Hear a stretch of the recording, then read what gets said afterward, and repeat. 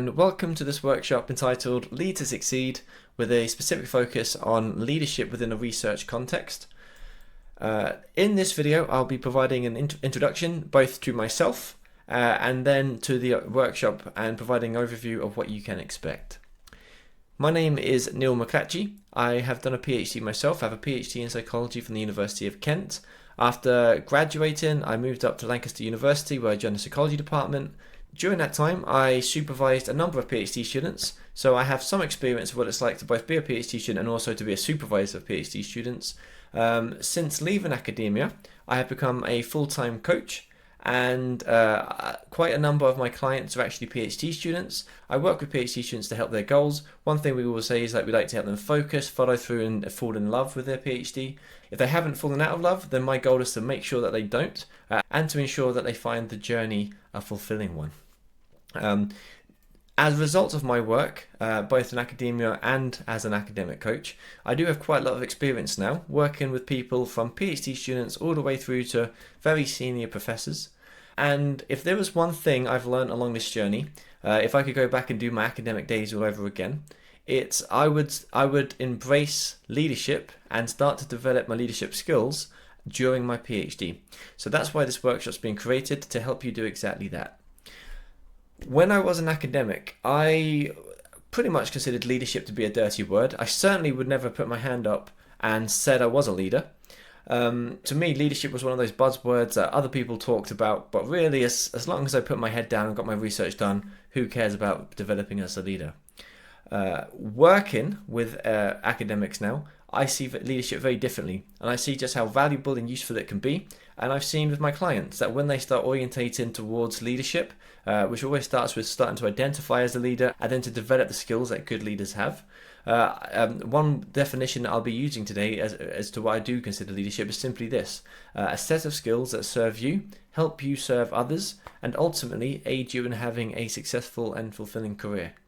And that's really crucial to me. It's not just about being successful, you have to find your career fulfilling as well. I really believe, and I hope by the end of today's workshop that you will too, that by focusing on leadership development, you're giving yourself the best chance possible of those two things: having success and having a fulfilling career. To provide an overview of what you can expect from this workshop, we will start by defining what we mean by leadership in a way that facilitates your leadership development. It's pretty easy these days to Google, ask AI, or pick up a textbook and find a pretty bland definition of leadership. What's important to me is that you all define leadership in a way that's both meaningful for you and also going to help you develop your leadership skills. I also hope that by the end of today's workshop, you realize the power of effective leadership and how it can contribute to a successful and fulfilling career. And then finally, I'm hoping that everybody will leave here today and identify as a leader and realize that you have leadership potential. I'm a big believer in not wanting my workshops to be passive. There will be lots of activities throughout today, and during today's workshop we'll be covering concepts and asking you to create visions, making sure that that vision aligns with your values. We'll be exploring the challenges and hurdles that might be stood in your way. And then towards the end of today's workshop, in the later videos, we'll be giving you an opportunity to take some time to plan your leadership development. So once you're identified as a leader, you're a bit more familiar with what leadership is, you appreciate the benefits to you and to others in your research field of you developing as an effective leader. What can you start doing to become that leader today? To those of you that like to read, this is a book that really influenced my development of this workshop and my understanding of leadership when I first started delivering this workshop. It's a book called Leadership Step by Step, Become the Person Others Follow. And in that book, Joshua Spodek, the author, offers what I refer to as the APPEASE model of leadership. APPEASE stands for active. To be a good leader, it's something that you have to actively do. This is one of the biggest problems I see in academia when it comes to leadership development. This idea that if you just be a good researcher and you get promoted and work your way up, you'll automatically be an effective leader. I believe the best leaders are actively engaged with the leadership development.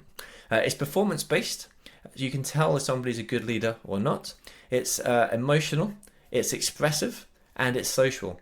Lots of those things are reasons why people don't like to think of themselves as a leader or start working as leaders, because it is emotional. You are putting yourself out there, and the emotions can be positive, but they can also be very negative. It's expressive in the sense that you're going to have to be authentic. You're going to have to share your values. You're going to have to communicate with other people. And like I say there, it's social. It's very hard to be a leader in your career if at some stage you don't plan on having followers and putting your message and your goals and your vision out there. If you're sat there, however, and are thinking to yourself, on that point, Neil, I am a mere PhD student and I have no one to follow me, so leadership development is entirely irrelevant to me. First, I would say you don't have to be a full-blown leader by the time you finish your PhD. You can start working on becoming a better leader, start developing those skills now for that when you are in a position to be a leader. However, I really like these 4 stages that Joshua Spodek outlines in his book. He basically breaks leadership development down to first understanding yourself, then leading yourself, then understanding others, then leading others. Okay, and this workshop we will be very much focusing on the first half of this process, that understanding yourself and then leading yourself. Because if you haven't done those things, you're not going to be very good at understanding others and leading others. This is a report that I'll also make available to you. This report was developed by an organisation called Vitae, and it's called Developing the Next Generation, Guidance and Good Practice in the Leadership Development of Early Career Research and Academics. What they ultimately did was they asked 17 senior leaders in academia what they wish they had known at the start of their career. So you can imagine this is really useful information in here. I actually had already been delivering this workshop before I found this report, but I was really glad to find it because it substantiated a lot of what we cover in this workshop. The report boils down the 4 main takeaways, which are: learn about the roles you're interested in and the criteria for progression, take the time to plan ahead, factor your personal values into your career planning, and develop the skills you need for the next stage before you get there. Now, I don't know what roles you're interested in, so I can't look at. So we can't really spend much time looking for the criteria for progression. That's something that you're going to have to do after watching this workshop. However, we will be doing the remaining 3 key takeaway points from that report. You will be taking some time today to plan ahead. You will be factoring your personal values into your career planning, and you will be developing the skills or starting to think about which skills you need to develop for the next stage before you get there, which again is a big part of the reason we deliver this workshop. What I'm not going to be doing today is providing a really in-depth review of the literature of all the different theories that psychologists, sociologists, what have you may use to understand leadership from a theoretical perspective. When I was a lecturer, the first ever lecture I gave was on a topic of leadership. As a psychologist, I was aware that leadership is out there. I knew there was a whole field where leadership is studied, and I delivered basic understanding of how we define leadership and the different theories behind leadership and some empirical data.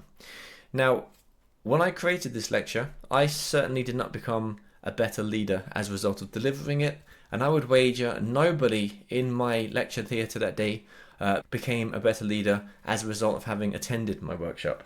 Okay, that is the goal today. I want everybody watching this to become a better leader as a result of actively engaging and through a process of self-reflection, which is going to be the focus of today rather than education. We will be going over some background, and of course we do have to define what leadership is, but we're not going to be going really deep here into the theory.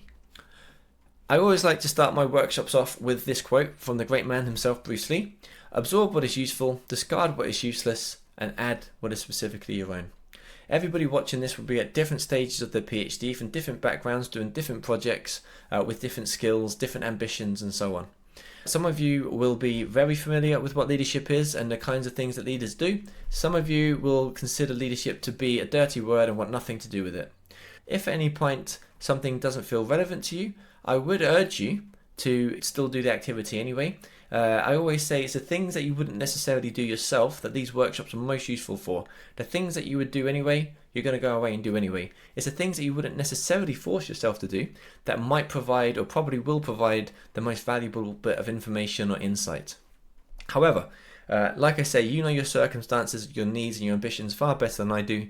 Absorb what is useful, discard what is useless, and add what is specifically your own. So that is the introduction to this workshop complete. What I would like you to do is turn to page 1 of the workbook, and that requires you to just take a moment to reflect on a few questions. The first is, what is leadership? I want you to just take some time to reflect on what leadership means to you. I'm guessing you have some understanding of what leadership is. After all, you signed up to this course. I'm guessing when you read about this workshop, your eyes didn't glaze over, you weren't completely confused by what this concept of leadership could possibly mean. So give some thought, what does leadership mean to you? The next section provides 2 statements. The first one is the extent that you identify as a leader, and the second one is the extent that you think you have leadership potential. And I want you to rank them on a scale of 0 to 10, 0 being not at all, 10 being completely. Lastly, I'd like you to answer the question, what makes someone you know an effective leader? So preferably, just move my head out of the way there, what makes someone you know an effective leader? Preferably, think of somebody within academia. Think of someone that you consider to be an effective, good leader. If you can't think of anyone in academia, think of someone further afield. But specifically, break down the behaviours, the traits, the skills, the mindsets, anything about that person that you think made them a good leader. Okay, I'll see you in the next video. Okay, so in this video, we're going to be exploring what is it that we actually mean when we use this word leadership. I'm thinking that most of you have some understanding of what leadership means, but I want you to pause the video quickly, and if you haven't already, scribble down what you think leadership is. I did ask you to give it some thought already on the first page of the workbook, but just really take a moment to reflect on it. What does leadership mean? What does it mean when you talk about it generally? And then what could it mean when applied to yourself and your career? Okay. All right, I'm going to assume that you've hit pause, that you've given it some thought, and now we're going to continue. I quite like this phrase. Even though we all feel like we have a sense of what leadership is, when you actually try to boil it down to something that you can get better at, it tends to become quite slippery. It slips through our fingers. This quote from Bennis and Nanis, leadership is like the abominable snowman whose footprints are everywhere, but it is nowhere to be seen. And I would also suggest effective leadership in particular can be that way. When you have motivated followers, people that are inspired by you, that you've provided a clear pathway to get to what they want to achieve, effective leadership often looks invisible.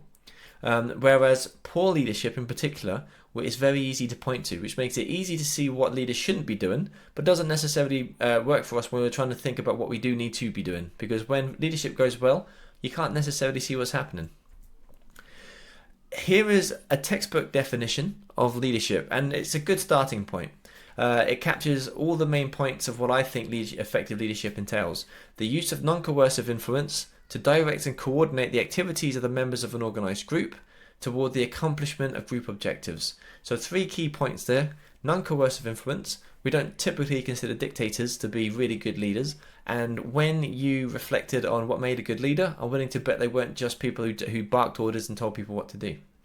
Not to say that there isn't never an opportunity for that. It depends on the situation. If you are in emergency services and you turn up to help in the aftermath of an earthquake or a tsunami or something, then you probably are going to be a leader that barks orders. There's a time and place for that. In academia, though, that doesn't tend to be the way that effective leaders operate. So, non-coercive influence, coordinating activities of members of an organised group. I think that's what comes to mind when most people start thinking about what a leader does. And then there's some kind of vision or goal that's being worked towards. Where I mentioned in the previous video, I'm not going to go deep here in the kind of different theories of leadership, but I do need to cover some theoretical models of leadership just to make a point here. When you come to the most basic idea of what leadership is, I quite like this term transactional leadership. This is the kind of leader that wants to get the outcomes that they expect from their followers, nothing above and beyond, just what they expect from their followers. And this type of leader, the most basic form of leadership, typically gets people to follow them using reward, so they can pay people to do what they say. And typically they only really get involved or turn up if there's a problem. So if something goes wrong, they'll intervene. That's what management by exception means. But otherwise, you pay your people to do work and they get on with it. Nothing wrong with that. And a lot of the time, leaders will fall back onto this kind of transactional leadership. However, I'm willing to bet that when you reflected on a leader that has personally affected you or that you've looked up to in your career, I'm willing to bet that this wasn't how they operated. And if you want your followers to go above and beyond expectations and to outdo themselves and to excel, then we start talking about this idea of transformational leadership. And again, I'm not going to go too deep into it, but I'm willing to bet that this includes skills or traits or features that you thought of when you thought of what makes somebody an effective leader. For example, inspirational motivation. A good leader would inspire their followers to follow and elicit this kind of intrinsic versus external motivation. External being an external reward, for example, paying someone money to do things. And intrinsic motivation is when they're motivated by their ideals, their values, their desires, and so on. I'm willing to bet as well that in academia, when you thought of what made someone an effective leader, you're probably thinking of someone who intellectually stimulates you, who cares for you, has individualized consideration, and so forth. Okay. When we're thinking about what leadership is, it can be helpful as well to think about what leadership isn't. I'd like you to just take a moment, you can pause the screen if you like, to think about how does leadership differ from a similar activity like management. Okay, I'm going to assume that you've paused the screen, given it some thought. What is the difference between leadership and management? When you search the internet, it provides definitions such as this. Leadership is, as we've seen, inspiring others to follow your lead by creating a compelling vision of the future. And you'll find definitions of management such as the efficient, effective, and economic use of resources to achieve results with and through the efforts of other people. Only you will know if you got the right answer there. So a common distinction is they're very similar activities. Leaders focus on people and creating a long-term vision of the future. Management is more day-to-day operations, small goals to achieve that long-term vision. Okay, so broadly speaking, leaders are about people, management is about resources. I will say that in my opinion, the leadership literature tends to look down on the management literature, and you'll find lots of infographics online such as this one that make leaders look great and managers look not so great. Leaders encourage, managers order. Leaders take risks, managers follow rules, and so on. I don't disagree with everything on here. For example, leaders create visions, managers work on small goals. Leaders ask what and why, managers ask when and how. But there is a tendency for kind of to think of leaders as these great people that achieve lots and managers as just these annoying people that bark orders. I don't agree with that, and for reasons that we'll come to shortly. But before we get there, another distinction that can be helpful to make is what is the difference between leadership and mentorship. And again, I'd like you to take a moment to reflect on how you would define leadership in contrast to mentorship. Okay, I'm going to assume that everybody's done that now. This can be tricky because I'm willing to bet for those of you that were able earlier to think of an effective leader within academia, I'm willing to bet that most people's examples of good leaders within academia involve being effective mentors as well. Okay, here's a definition of mentorship that I found online. Mentoring is making the mentor's personal strengths, resources, and networks available to help a protege reach his or her goals. And it's very common to find graphs such as this that emphasize that although there's an overlap, they both involve people, they're both about growth, they both involve trust between the follower and mentoree, and the leader or the mentor. They also have different skills. So you might find, for example, a mentor might be more informal. Because a mentor has the experience, knows where the person is trying to get to, they might, for example, ask more leading questions. It might be more about personal development, whereas a leader might be a bit more formal, might be a bit more orientated towards creating a vision of the future, as we've already seen, and might be more broadly about long-term career development. The key point of this video, however, is when we're talking about academia, when we're talking about research leadership, it's very likely that you're going to have to demonstrate all of these components. Okay, there will be times when you will inspire and motivate and have that individual consideration and want to nurture your followers, which is that kind of transformational leadership that we discussed first. There'll also be times, quite often, where you're just paying people to do what you tell them and you won't get involved unless you need to. That transactional component of leadership. There'll hopefully be plenty of times in your career when you are working on projects, getting papers published, receiving funding to complete projects, and you will have to manage that. You'll have to manage people, the finances, and all the other kinds of resources that go into management large grant projects. Finally, especially within academia, there tends to be a mentoring role that effective leaders do. You will recruit PhD students and postdocs, and you'll be responsible for nurturing them, developing their skills, and then sending them out into the and then sending them out into the world so they can become successful in whatever ambitions they have. So right from the get-go, when you're thinking of yourself as a leader, I encourage you to incorporate all of these different aspects. Finally, for this video, I would like to take some time to define what we mean specifically by research leadership. And this definition is one that I hope includes everybody, whether you're a first-day PhD student all the way through, well, I know for a fact because I delivered this to senior academics, all the way through to senior professors. The definition of research leadership is the ability to create or identify a positive vision with regards to the future of one's research environment, or research field, and to lead others through non-coercive means towards achieving that vision in a manner that builds and develops oneself, one's followers, and/or one's research field. So as you can see, we've incorporated this idea of having a vision, and I've made that vision applicable to whether you're a first day PhD student or a fourth year PhD student, or hell, even a 10th year PhD student. If all you have is your own research to go on, you're in your first year, well, your job right now is to lead your research project. If you're, on the other hand, about to finish your PhD, well, now you can start giving some thought to how can you influence your research field.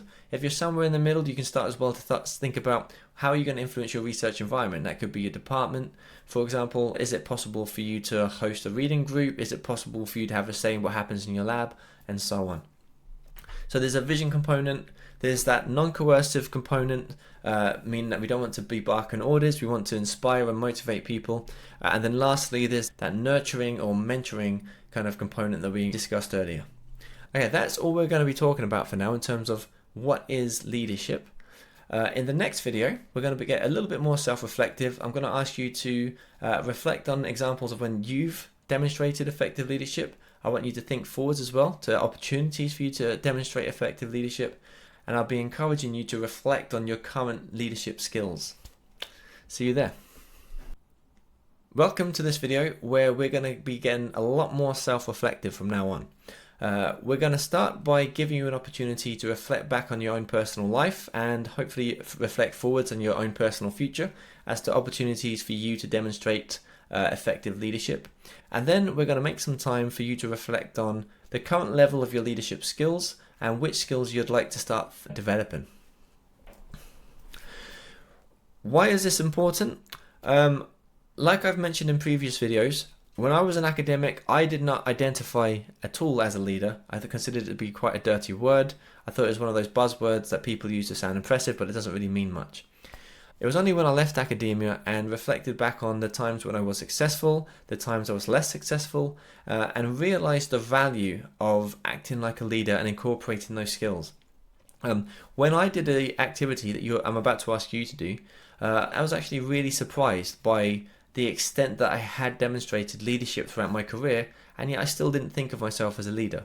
And since I've been going around talking to plenty of academics about this topic, I've had this conversation a lot with academics who have by all means demonstrated that they are very effective leaders, and yet there's this hesitancy to think of themselves as such.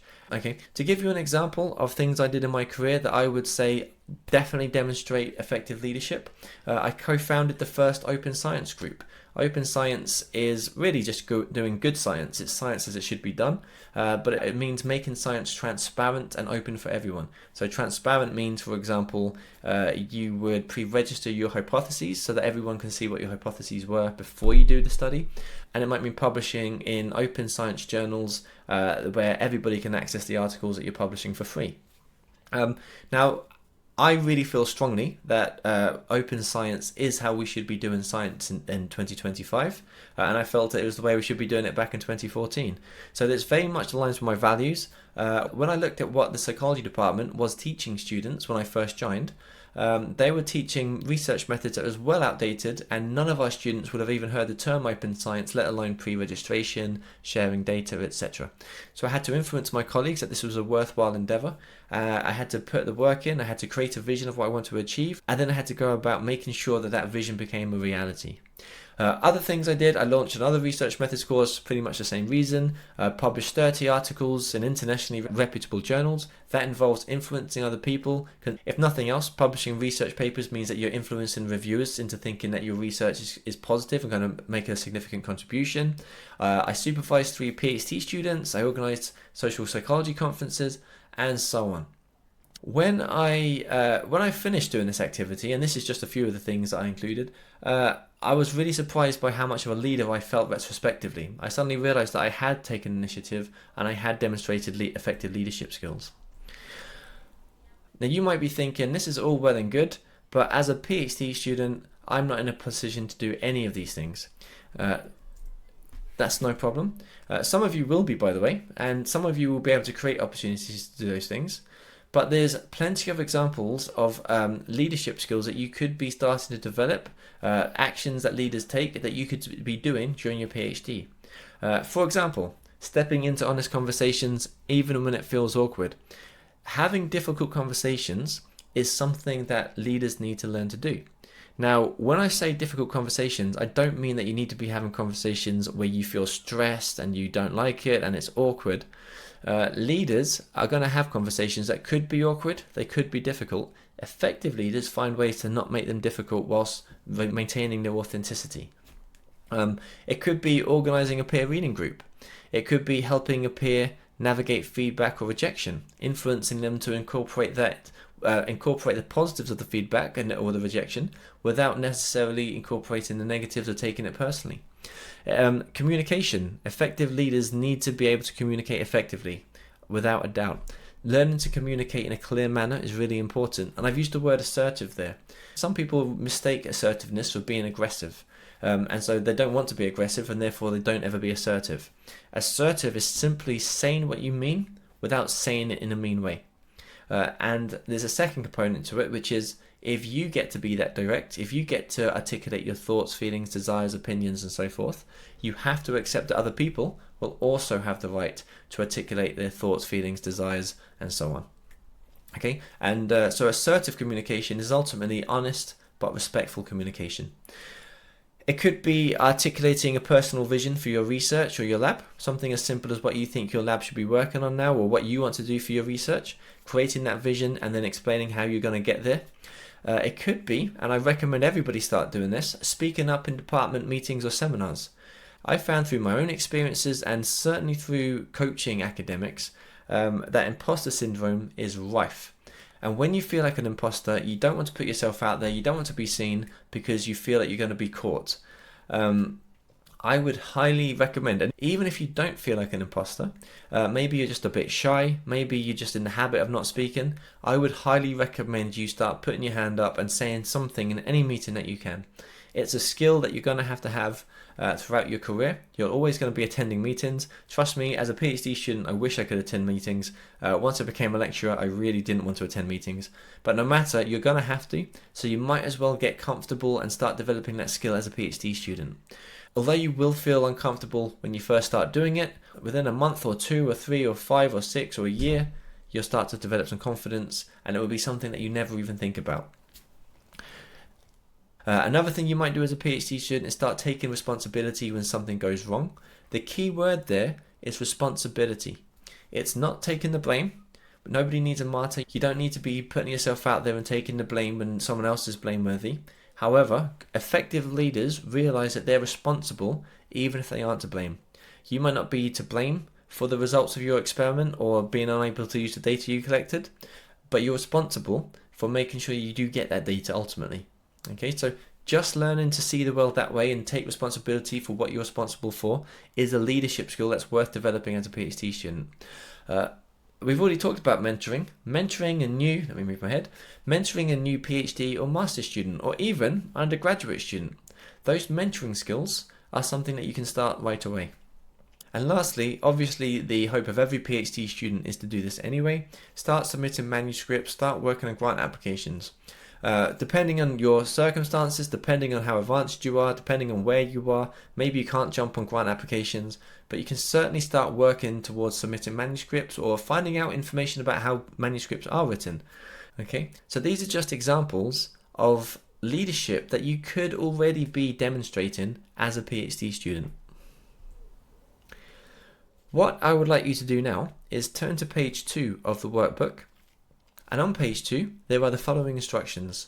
Describe up to 2 examples of a time that you have demonstrated effective leadership in the past, currently demonstrate effective leadership, and if you can't think of any examples, maybe you can start thinking of 2 examples that you could be demonstrating in the present.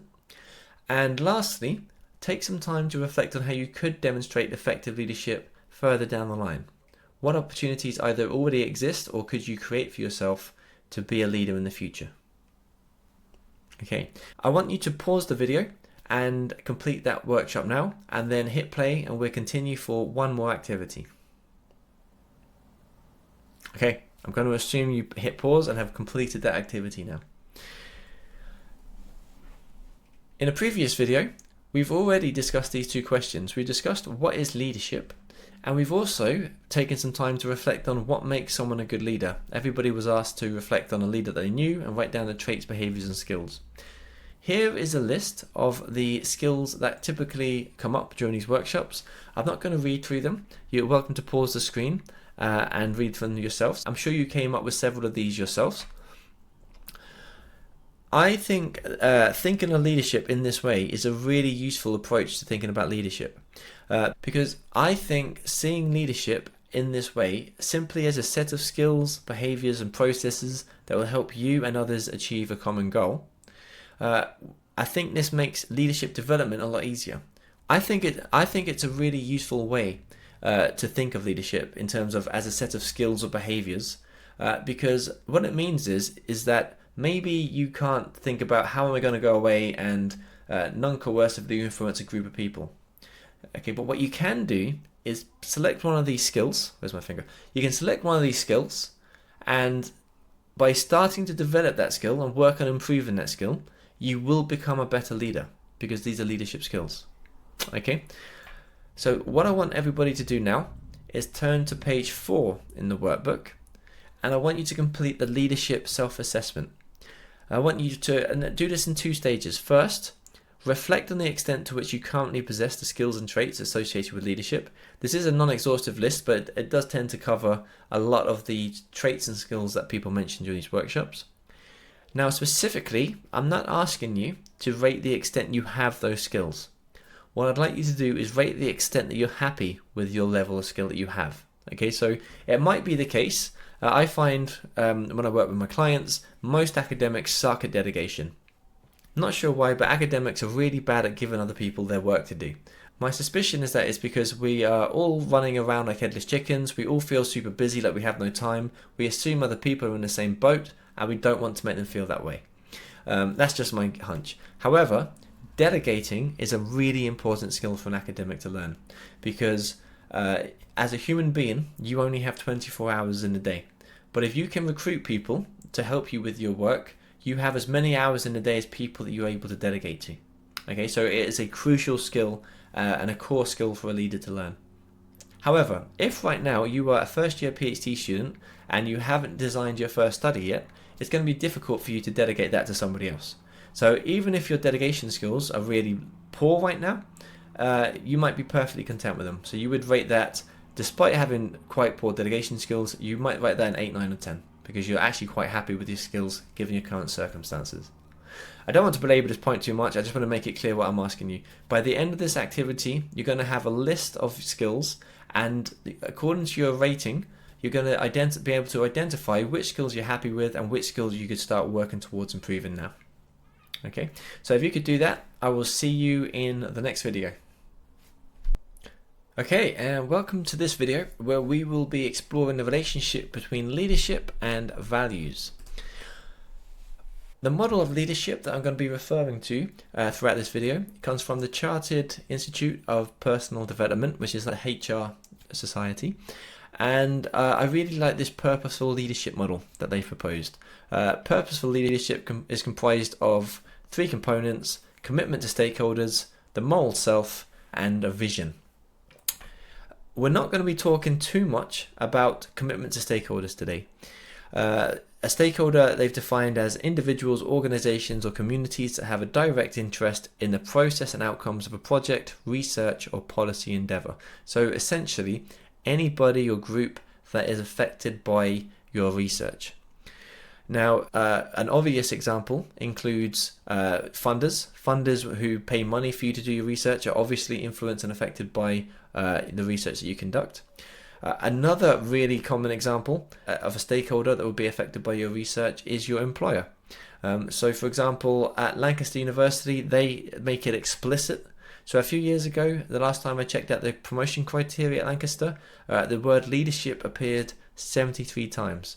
Okay, and to give you an example, the promotion criteria at Lancaster, at least as of a few years ago, included criteria such as sustained successful leadership and development of established research projects of substantial scale and impact, leading the creation of new successful and impactful research projects, etc., etc. So even if you don't care necessarily about developing as a leader, it will be important for you to be able to demonstrate to the people paying for your research or paying for your salary that you are able to demonstrate effective leadership. That's all we're going to talk about stakeholders. There's a ton of other stakeholders. Stakeholders will also be very specific to your research field, the specific research that you do. So we're not going to go any deeper than that. I just wanted to highlight the stakeholders that will likely affect all of the people watching this video. Okay, what we're now going to be focusing on for the rest of this video is this moral self component. Now, morality is obviously a really big, deep topic.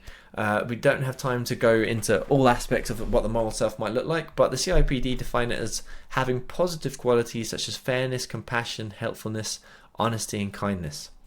Today, I'm going to be talking about your values. That's as deep as we're going to get into morality. And discussing this idea of values-based leadership. Now, by values, all I mean is basic principles that govern judgments and behavior and provide people with a sense of meaning and purpose. Now, when I started coaching, I kept hearing this word values and kept being told how important it is to make sure that you understand your client's values. And I, at the time, thought it was just this wishy-washy California coachy thing that probably isn't that relevant. Over time, and quite quickly actually, when I became a coach, I realised just how true it is, just how important it is to make sure that people are conscious of what their values are and the extent to which their behaviour aligns with their values. There's all kinds of benefits. I'm not going to go super deep here. When we are doing activities where our values are salient or relevant, we tend to find that we're motivated. If you're someone that, for example, values fairness is one of your values, and you see something unfair happen, it will bug you. You want to get up, you want to go fix it. If you're someone that values following the rules, and you see someone not following the rules, you might notice it, whereas other people that don't value that wouldn't notice it. It might make you want to go and do something about it. Okay, so values are really, really tightly linked to our motivation. It also helps us prioritize. I mentioned in a previous video that a core skill that leaders need to develop is time management. And one of the main time management skills is knowing how to prioritize your time.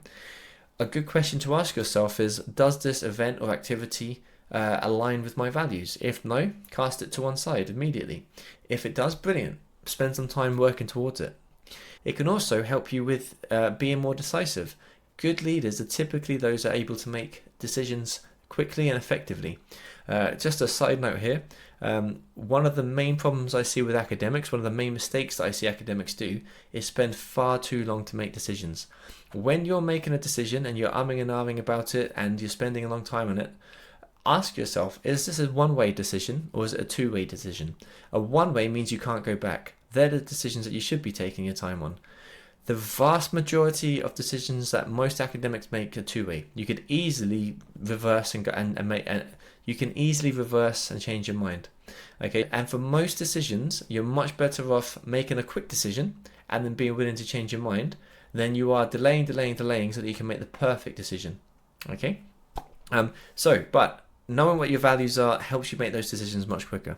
And lastly, I also mentioned that a core skill that effective leaders demonstrate is being able to effectively communicate. Being able to communicate to people isn't just telling them what your values are. To have your message resonate, to get them intrinsically motivated, to make sure that your vision appeals to them, you need to communicate with them in terms of their values as well. Communication is a two-way street. You need to know what their values are in order for you to then appeal to them, to make sure that you're recruiting the right people for the job and so on. So they're just some of the benefits of paying attention to what your values are and what the values of your group are. Just to show you that this isn't some coachy BS, most organizations will have identified what their values are and then make it public. Out of interest, takes a moment to think, do you know what Lancaster's values are? Certainly as of a couple of years ago, this is what Lancaster's values were: positive change, respect each other, and build strong communities. And then the nice thing about this is once you've identified what your values are, you're then able to ask yourself, does my behaviour, does my activity reflect my values? And here's a website for Lancaster University where they're demonstrating how they live their values. Okay, so this is an example of how you can prioritise your time based on what your values are. Okay, so what I'm going to ask you to do now is reflect on what your values are. Now, this is a list of values that I think I found on the internet. By no means is an exhaustive list. If, as I was talking there, some values popped up into your head that you know that you value that aren't on the list, by all means feel free to write down your own values, the ones that resonate most with you. But what I would like you to do is turn to page 7 of the workbook, and on page 7 you'll see that same list with a few more values as well. I want you to identify 3 values that resonate with you. Once you've done that, there's a list of questions and prompts to encourage you to reflect a little bit. Those prompts include: does your current research behaviour align with all 3 values? I once, early on in my coaching days, I asked this question to a PhD student, and at first she said that her research perfectly aligns with 2 of her values, but it's completely irrelevant to the 3rd value. And I pushed her a little bit. I said, is there any way you could link that 3rd value to your research? And the 3rd value was family. And she then spoke for about half an hour about how actually her research does align with her values. For example, she was researching cognitive decline in old age, and her grandma had really suffered with dementia in her old age, and she suddenly realised how relevant that is to her work. She also wanted to make her family proud, and she was an older sister and had quite younger sisters, and wanted to make them proud and be a good role model for them by doing high quality research and getting a PhD and so forth. Another question you can ask yourself is, do any of your values clash with each other, which can often be the source of ambivalence about your work or internal strife or conflict that you're having. I once had somebody at my workshop say that 2 of his values were preparation, being prepared, being organised, and being spontaneous. And he realised by being prepared and being organised, he hadn't left space or time for spontaneity. And now at first it might seem that they clash, and there's absolutely no way you can resolve that conflict, so one of them has to go by the wayside. But after a few minutes pondering, he came to the conclusion that actually it is possible to be organised, but also leave rooms for spontaneity. And he hadn't realised that because he'd been so organised, he hadn't really been fulfilling that spontaneous nature, that value that he had. The next question is, do any of your values clash with your leadership development? One student that immediately comes to mind is a student who was very respectful, and it was very important to her that she came across as humble. I would almost say meek and mild, but that's wrong with the word humility. You might think that being a leader, saying I can do this and I want to lead everyone towards this vision that I think is important, is the opposite of being humble. I would suggest there's no clash there whatsoever. I would suggest you can still be humble and want to make an impact, think that you can serve others through making an impact through your leadership. You can be humble in recognizing that you don't have the skills, and then you start working on developing those skills. There's nothing anti-humble, or there's nothing arrogant about developing. If you identify any value that you might have that might be clashing with your leadership development, go a step further and ask yourself, how might I align my leadership development aspirations with my values? And the last prompt here is, are there any values you could orientate towards to facilitate or assist your leadership development? So maybe there's some values that didn't automatically come to mind, they weren't in your top 3, but the chances are there are other values on that list that would facilitate your leadership, that wouldn't feel foreign or weird or peculiar for you. For example, maybe ambition wasn't on your list, but actually ambition feels like a pretty good value to have. It's going to be useful to you. It's not something necessarily that you want to orientate away from. Maybe you could orientate towards it. Maybe the ambition would be something that you could steer towards and it would help your leadership development. So I'm going to let you get on with that, and then I will see you in the next video where we discuss the importance of developing a vision. In this video, we are going to be turning to that third component of the purposeful leadership model, vision. The CIPD says visionary leaders are those who set an inspiring vision for their team that brings out the best in them. The vision provides a clear and compelling direction for the followers. So here you can see the benefit of having a vision is that it provides a direction, lets people know where they're headed. As a coach, I've also seen another benefit of creating a vision in that it helps you to identify and subsequently reduce goal ambivalence. Goal ambivalence is something that is surprisingly common amongst the PhD, in fact, surprisingly common amongst the academics that I work with. Goal ambivalence can be thought of as an approach avoidance conflict in which a person simultaneously hopes for and fears the attainment of a personal goal. And I think this affects PhD students a lot more than most people are aware. I want to share with you a real life example of goal ambivalence that was highlighted by a PhD student, a final year PhD student that I worked with a few years ago. Now, I asked her, like I do all the clients I work with, what are we trying to achieve here? If everything goes to plan, where are we going to be 1 year from now? And her response was this: my vision for 1 year, assuming my PhD goes to plan, is that I lose my current freedom and have to settle down working a boring job from 8 AM to 4 PM. Now, one thing I forgot to say was that this PhD student had been really struggling to steer towards doing her PhD. In fact, that's why she came to me as a coach. She hadn't been able to touch her PhD for a good 3 months. She was a final year student. She felt like she was wasting her opportunities, felt like it was passing her by. It's a surprisingly common experience amongst PhD students. And when she said this, when she told me that this was her best case scenario, the best case scenario, assuming everything goes to plan, is I'm losing my freedom and have to do a boring job for the rest of my life. No wonder she was struggling to achieve that goal of submitting her PhD. So that's what I mean by goal ambivalence. You want to achieve something, you do want to submit your PhD, but in this case, the student was also really terrified almost of what that would mean. Okay, and that ambivalence is what I had to address with her. Now, I can happily say that in this case, this student not only completed her PhD, she passed first time, she actually went on to become a lecturer at Lancaster University and is having a very successful career there now. Okay, but I want you to take a moment and just reflect on, is there any ambivalence in your life? Is there something that you're trying to achieve that you're also anxious or wanting to avoid at the same time? Now, not all visions are created equal. A good vision is going to be aspirational. It's something that you aspire towards achieving. It has to be credible, but at the same time challenging. I encourage you to make your vision as concrete as possible. I think a lot of PhD students avoid making their vision as concrete as possible because that requires quite a bit of bravery. The more concrete you make it, the more specific you are about what you're trying to achieve, the more you put it out there, the more scary it is, the more you can fail. People care about what other people think, and so they're worried about looking like they didn't achieve their goals and so on. So I think a lot of PhD students keep their vision quite vague and abstract. It has to be positive, obviously. I'm a big believer as well that excitement is one of the most underutilized emotions that we have in society. When you get excited, you get up off your seat. You know, people become animated. Excitement is also a really useful emotion because it's entirely anticipatory. You know, you get excited about things that are about to happen to you. So I think excitement is a really undervalued emotion. If your vision of the future isn't exciting you, make it exciting. The onus is on you to do so. Only you know what will excite you.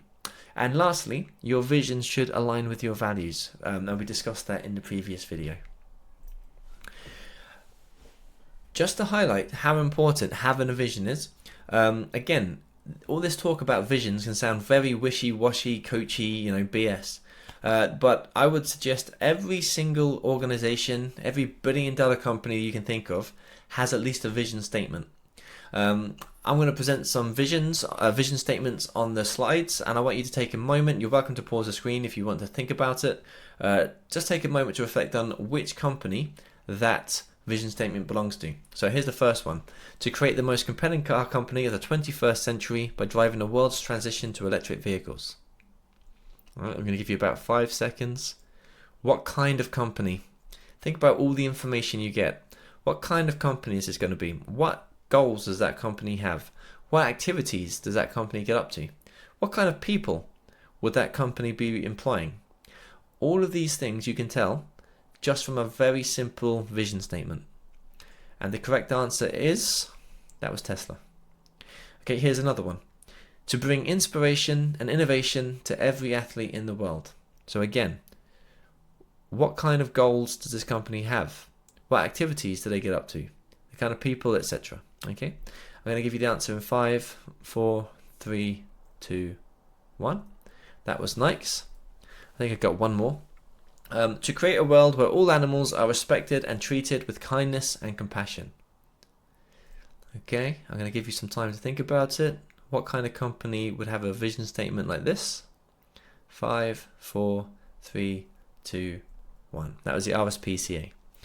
Okay, now even if you didn't get all of those absolutely correct, I want to emphasize that from a very simple vision statement, you can realize what kind of company they are, the kind of people they recruit, the kind of activities that they're going to be getting up to, the kind of goals that they're going to have, and so on.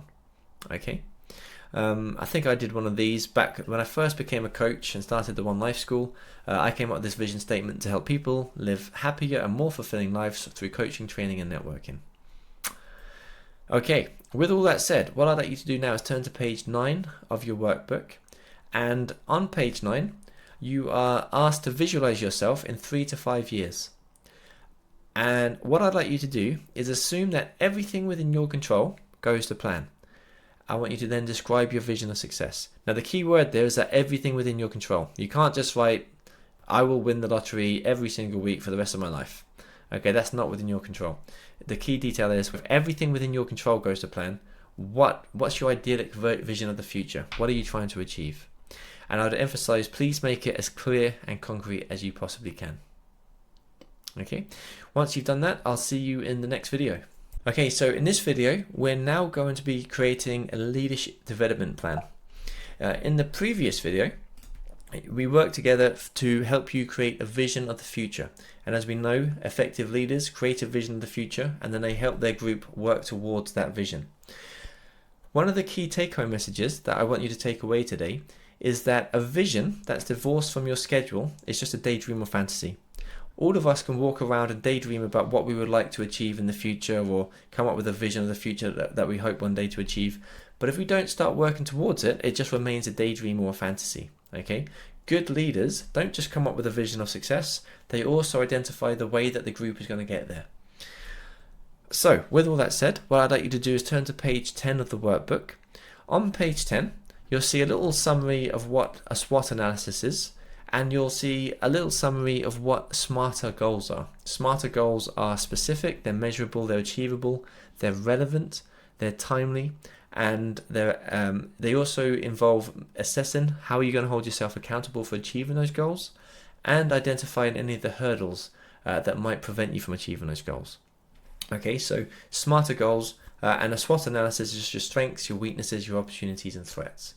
These are relevant because on the next page, I would like you to identify milestones that you need to achieve in order to achieve your 3 to 5 year vision. Where do you need to be in 12 months time? Okay, and as you can see, there's a space at the top here for you to explore that. There's room for you to conduct your own SWOT analysis. So what strengths do you currently have that are going to aid you in achieving these milestones? What weaknesses do you currently have that you need to strengthen in order to achieve these milestones? What opportunities exist? And what are the biggest threats towards you achieving these milestones? At the bottom here, I would then like you to make those milestones smarter. When you write out those goals, be as specific as possible. Think about whether or not the goal is measurable. How will you know when you've achieved it? Consider whether it is achievable in the 12 months that you've given yourself. Is it relevant to your values, to your broader PhD and your ambitions? And is it timely in the sense that is this appropriate for where you need to be in 3 to 5 years time? Okay. You can also add the which stands for accountability. How are you going to hold yourself accountable for these goals? And hurdles. And also identify the hurdles that exist. What hurdles might prevent you from achieving these goals? If you can come up with at least one smarter goal for 12 months' time, that would be fantastic. Then you're going to work backwards from the future. So given where you need to be in 12 months' time, where do you need to be at in 3 months' time? And you can work through the same process there. And this is the one that usually makes people nervous when they attend the workshop. Given where you need to be in 3 months' time, where do you need to be 1 month from now? And again, specify where you need to be, spell out your strengths, weaknesses, opportunities, and threats, and then try and create at least one smarter goal where you specify how it's specific, measurable, achievable, relevant, timely, accountable, and what the hurdles might be towards achieving it. Now you can pause the screen now, or I'm just going to wrap up the workshop now because this is the last video. These are the things that we have today covered. We've discussed what research leadership is, what makes someone an effective leader, and during this whole process, you've identified hurdles that might prevent your leadership development. You've identified your values and considered how your values align with your leadership development, which values might be holding you back, which values might orientate towards, and so on. You've also taken some time out today to identify your vision of success. And as we know, effective leaders are able to articulate what their vision of the future is and then start working towards it. And then we finish by basically saying, what now? Now you've got all this, what do you have to go away and do? And one of the key take-home messages in this video is that a vision divorced from your schedule is just a daydream or fantasy. So I urge you, go back to page 10 and start working through the workbook and completing it. In the meantime, I'd just like to thank you for your attention throughout these workshops. Like I say, I've been Neil McClatchy. I hope you found today's workshop useful. If you did, feel free to contact me. We've got social media. I've included my email address in there if you have any questions. I'd love to hear from you. And in the meantime, best of luck with your PhD and best of luck with your leadership development.